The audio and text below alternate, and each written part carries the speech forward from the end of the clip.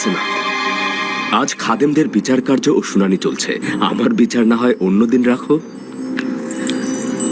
আমার তাড়া রয়েছে, সবুর করতে পারবো না।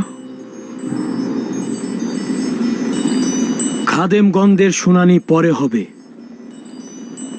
তুমি বলো সেনাত। আমি জানতে চাই, আজই যে মিশর জনাব ইউজারসিফ মিশরের জনগণের নাজাত দানকারী, তিনি মিশরের জনগণের দুঃখ কষ্ট নাজাত দিয়েছেন, তাহলে কেন ভবঘুরে বৃদ্ধার হাল হাকিকত সম্পর্কে আপনি বেখবর?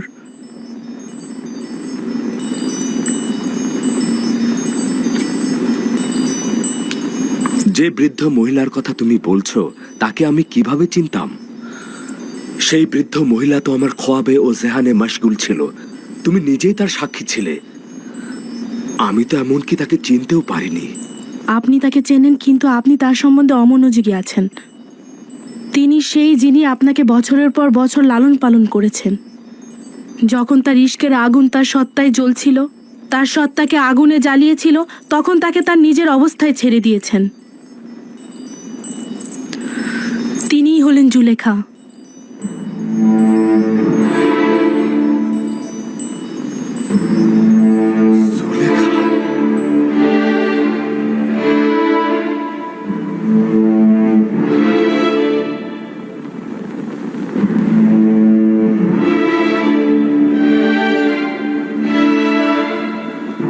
না, এটা সম্ভব নয়। জুলেখা অভিজাত সম্প্রদায়ের সুন্দরী নারী ছিল। কিভাবে সম্ভব সে জুলেখা হবে? আপনার প্রতি প্রেম তাকে এই দুরবস্থায় ফেলেছে। 30 বছর আপনার অপেক্ষায় ছিল, আপনার খোঁজে ভবঘুরের মতো অলিতে গলিতে ঘুরেছে। তার সকল সত্তার জীবন যৌবন সৌন্দর্য আপনার নামে উৎসর্গ করেছে, আর আপনি কিনা তার প্রতি গাফেল ছিলেন। আসলে তুমি যা বলছো তা পুরোপুরি সঠিক নয়।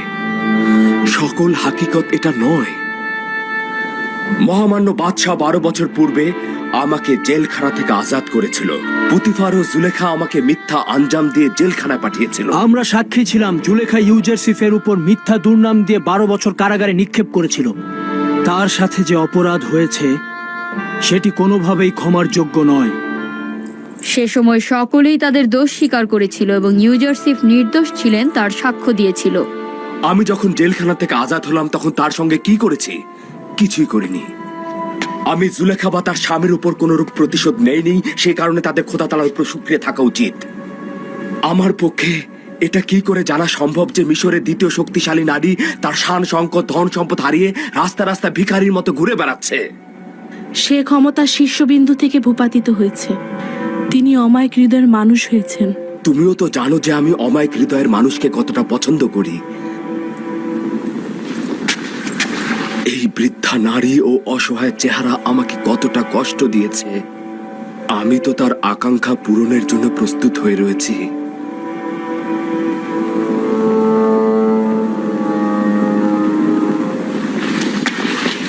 আমি এখনই জুলেখাকে একটু দেখে আসতে চাইছি। না, আমরা সকলে এই পাক পবিত্র এশকে দেখতে চাচ্ছি। যদি অনুমতি দান করেন, আমি গিয়ে তাকে এখানে নিয়ে আসি। যাও, তাকে নিয়ে এসো।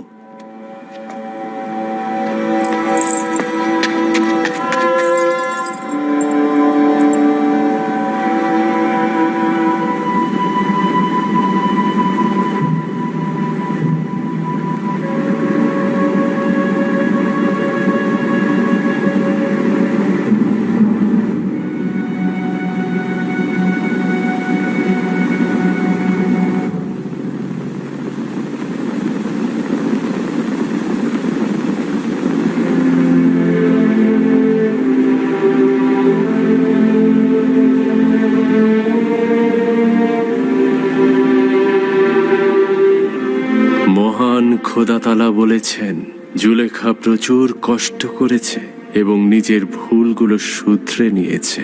সে এখন একজন ঈমানদার নারী এবং এক ও অদ্বিতীয় খোদার ইবাদতকারী। ইউসুফ তাকে পবিত্র ভালোবাসা দাও এবং সহধর্মিণী হিসেবে গ্রহণ করো।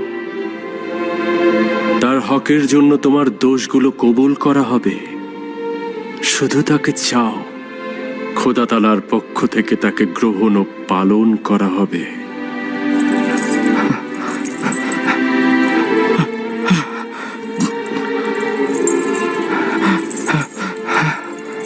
হে খোদার নবী, নতুন কোনো পয়গাম? আজব ফরমান ছিল। আদেশ এসেছে জুলেখার প্রতি সহমর্মী হতে, তাকে সহধর্মিণী হিসেবে নির্বাচন করতে।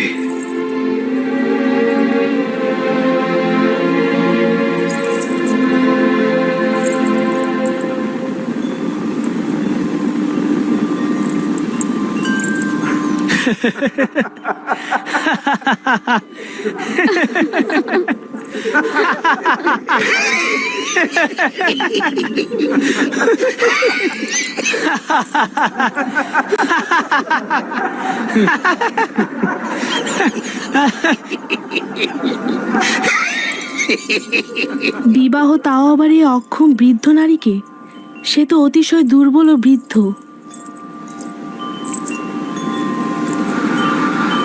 একক ও অদ্বিতীয় খোদার ফরমান এটাই, এই বৃদ্ধ মহিলাকে আমি বিয়ে করব। তোমার মতাতে রূপবান স্ত্রী থাকতে কি আর কোন স্ত্রীর দরকার আছে?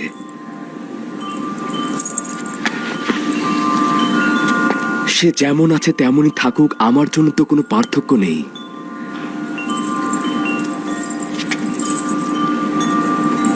আমি খোদা তাআলার পয়গম্বরের কাছে কৃতজ্ঞতা জানাচ্ছি। যদি জুলেখা সুন্দরী ও অপরূপ হতো, আমি পয়গম্বরের ফরমানের প্রতি অনুগত্য পোষণ করতাম।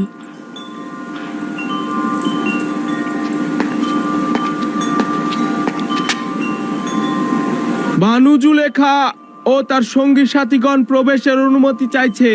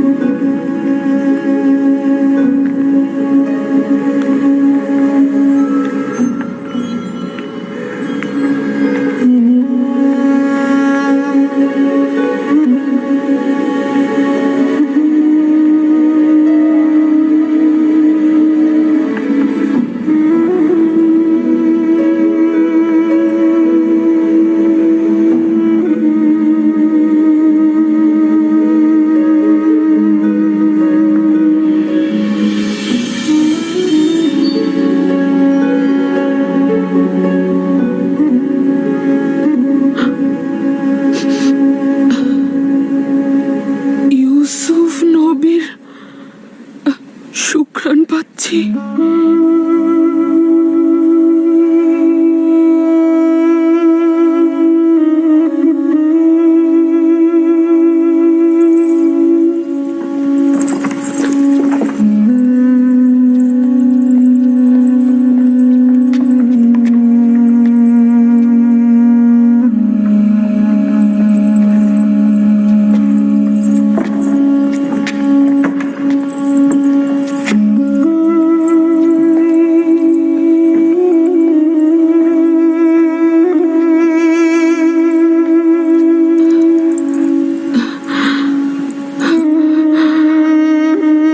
ওয়াসেনা, তুমি?